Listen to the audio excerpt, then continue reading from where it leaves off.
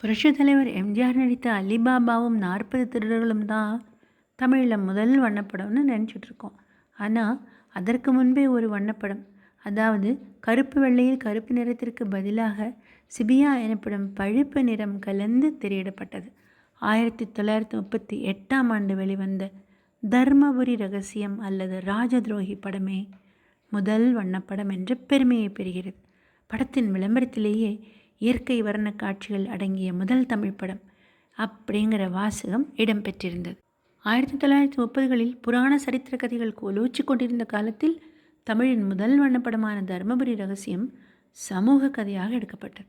இந்த படத்தில் motor bike, revolver அப்படிங்கிற நவீன அம்சங்கள் இடம்பெற்றதை அந்த காலத்தில் ரசிகர்கள் மிகவும் ரசித்து பார்த்தார்கள். தமிழ்நாடு டாக்கீஸ் சார்பாக எஸ். சவுந்தரராஜன் இந்த படத்தை தயாரித்து இயக்கியிருந்தார். திருவாங்கூர் சமஸ்தானத்தின் திவானாக திகழ்ந்த சி.பி. ராமசாமி ஐயர் அவர்களின் வாழ்க்கையில் நடைபெற்ற சில சம்பவங்களை அடிப்படையாக கொண்டு இந்த படம் எடுக்கப்பட்டது. சொல்லப்போனால் திரையில் காண்பிக்கப்படும் நிறைய கதைகள் உண்மை சம்பவத்தின் அடிப்படையில் தான் எடுக்கிறாங்க. ஆனாலும் சில காரணங்களால் இப்படத்தில் வரும் சம்பவங்களும் கதைகளும் காட்சிகளும் கற்பனையே அப்படின்னு ஒரு டிஸ்க்ளைமர் போட்டுருவாங்க.